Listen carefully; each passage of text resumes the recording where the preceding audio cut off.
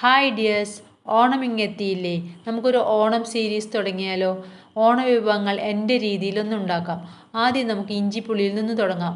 എൻ്റെ മുത്തശ്ശൻ ഇങ്ങനെയാണ് ഇഞ്ചിപ്പുളി കഴിച്ചിരുന്നത്. നല്ല ചൂട് ചോറിനെ ഉരുട്ടി അത് ഇഞ്ചിപ്പുളിയിൽ അങ്ങ് പൊതിഞ്ഞ് അപാര ടേസ്റ്റായിരുന്നു അതിന്. ആദ്യം ഇഞ്ചിപ്പുളി ആവട്ടെ, അതിന് ചെറിയൊരു നാരങ്ങ വലുപ്പത്തിലുള്ള പുളി ചൂടുവെള്ളത്തിലിട്ട് വയ്ക്കുക. അതിനുശേഷം നമുക്ക് ഇഞ്ചി മുറിച്ച് തുടങ്ങാം. കൈയരിയും സൂക്ഷിച്ച് വേണം മുറിക്കാൻ. വളരെ ചെറിയ ചെറിയ പീസായി മുറിക്കേണ്ടതുണ്ട്.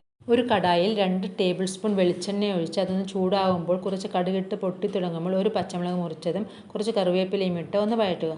അതിലേക്ക് 4 ടേബിൾ സ്പൂൺ മുറിച്ച ഇഞ്ചി ഇട്ട് പതുക്കെ ഒന്ന് ഇളക്കി കൊടുക്കുക. ഇഞ്ചി ഒന്ന് മൊരിഞ്ഞ് വരണം. അതിനുശേഷം നമുക്ക് പുളിവെള്ളം അതിലേക്ക് ഒഴിക്കാം. അരിച്ചൊഴിക്കണം.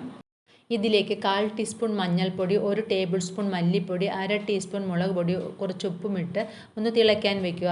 1/2 ടീസ്പൂൺ ഉഴുന്നുപരിപ്പ്, 1/2 ടീസ്പൂൺ പച്ചരി, 7-8 ഉലുവ, 1/2 ടീസ്പൂൺ ജീരകം ഒന്ന് ഡ്രൈ ഫ്രൈ ചെയ്യുക. ഇതൊന്ന് തണുക്കട്ടെ. അപ്പോഴേക്കും നമ്മുടെ ഇഞ്ചിപ്പുളി തിളച്ചിട്ടുണ്ടാകും. അതിലൊരു അച്ച് വെല്ലം ഇടുക.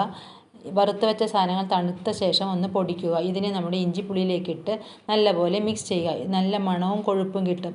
ശേഷം തീ ഓഫ് ചെയ്യണം. ഇതിലേക്ക് 1/2 നാരങ്ങ പിഴിഞ്ഞൊഴിക്കുക. നമ്മുടെ ഇഞ്ചിപ്പുളി റെഡി.